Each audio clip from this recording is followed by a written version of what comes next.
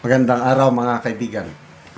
Bigyan natin ng reaksyon, opinion itong pahayag ni Ombudsman Remulla.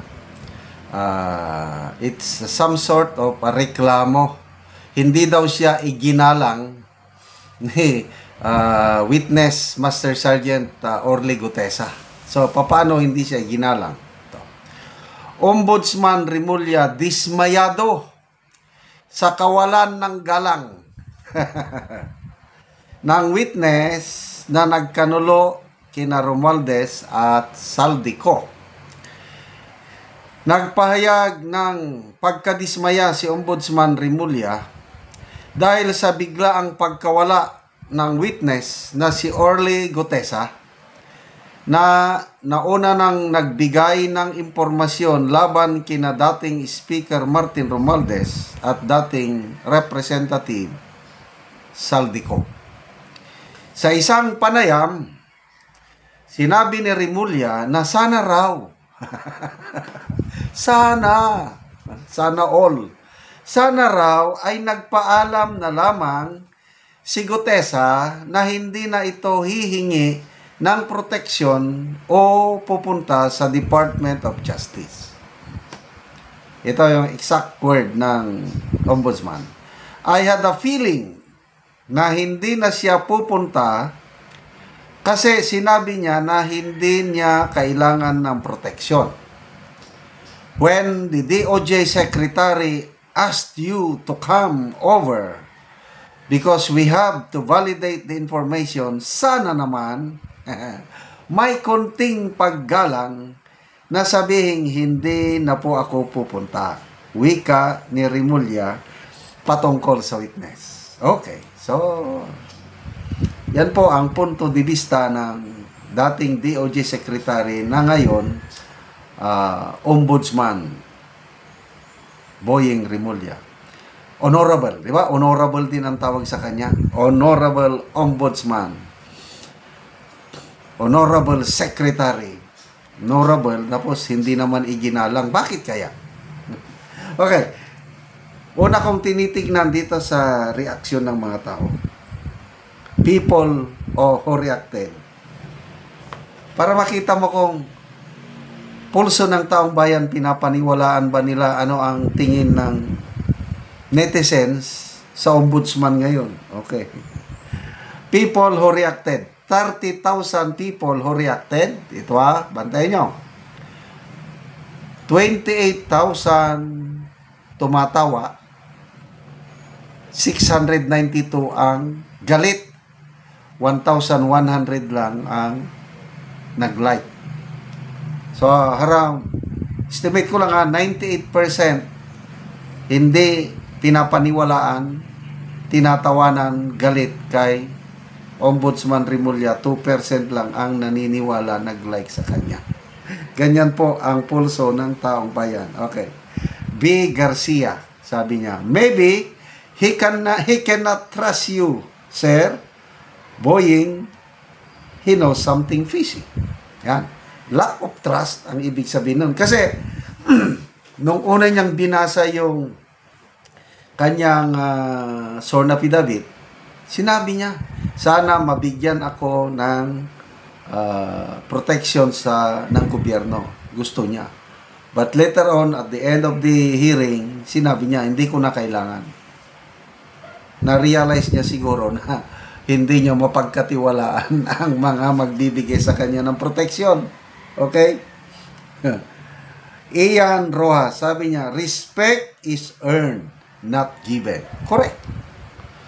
Isang example kanina, yung nabasa kong post, sa Manay, Davao Oriental, nagreklamo si Ramon Tulfo kasi taga Manay, Davao Oriental pala itong si Ramon Tulfo.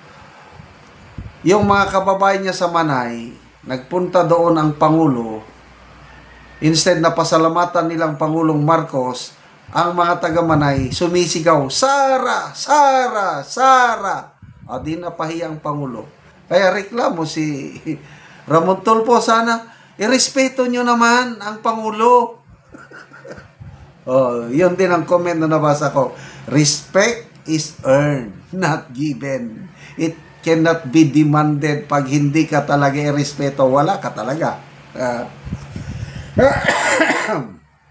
George Alfonso, dapat sa inyo, direktor, una si Bantag, sumunod si BP Sara, tapos si direktor. Nancy Mil, hindi siguro walang galang, kundi walang tiwala sa inyo. Eksakto. Walang tiwala, kaya hindi na nagpakita. So kung walang tiwala, edi wala ring galang. Ito, Adrian Bisdan, respect is earned, not asked. Humihingi ng ano. Kahit tayong mga parents, grandparents, pag hindi magandang pagpapalaki natin sa ating mga anak, hindi tayo igagalang mayan. Kasi ang bata, once nga nag 7, 8 years old, may pagiging rebellious na yan. Marjorie Soriano, you've hit the nail right on the head. Before anyone else can respect you, it starts with respecting yourself. It's like you're filling your own cup first so you have something to pour out to others. Ay, nako. Ricky Ordaneza, respect is earned, hindi nabibili. Marites Morado, respect begins with yourself before you gain. Agree. Wilfredo Javier, nasa posisyon lang kayo pero di talaga kayo kagalang-galang. Ay nako, di kayo nararapat dyan at wala kayong karapatan. Nako naman, ang sakit. Chelsea Madula, Marines were trained with mind games. Yeah, the best, the fighting guest soldiers in the AP, mga Marines. Saludo ko sa Marines. Marilyn Halasan, wala siya kasing tiwala sa inyo. Ayaw niya sa script.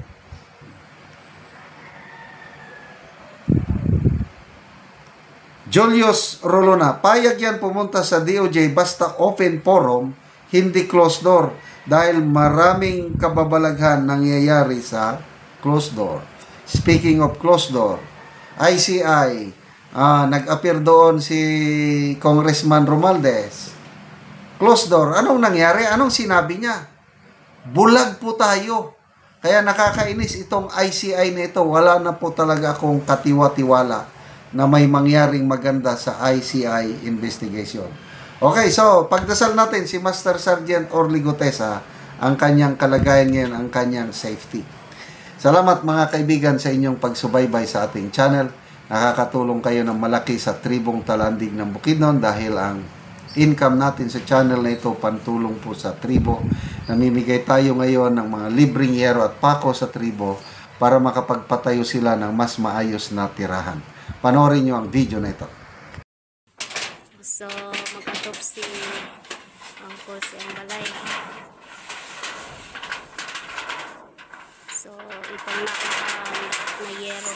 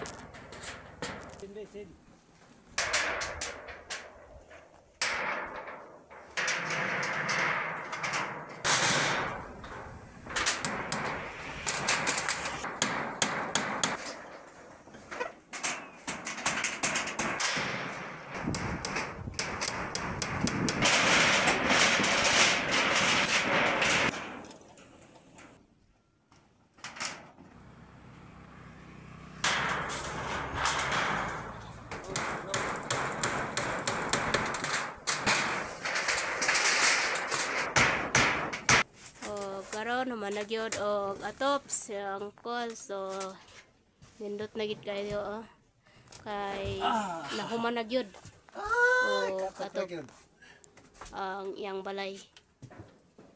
Salamat sa tao nga nag-sponsor nga gitahasan sa atong labaw makagahom ng Ginoo nga dili ko tuluan ni karong panungkato. Oh, so maayo na gid imong atop call. So dili na gid katuluan. Daghang pang mga katuigan nga imong mabutan para sa dangdum sa hinabang. Hinaot ko sir nga daghang pang imong mahinabangan nga sambang kanako at sa Ginoo. O sige ko, salamat po.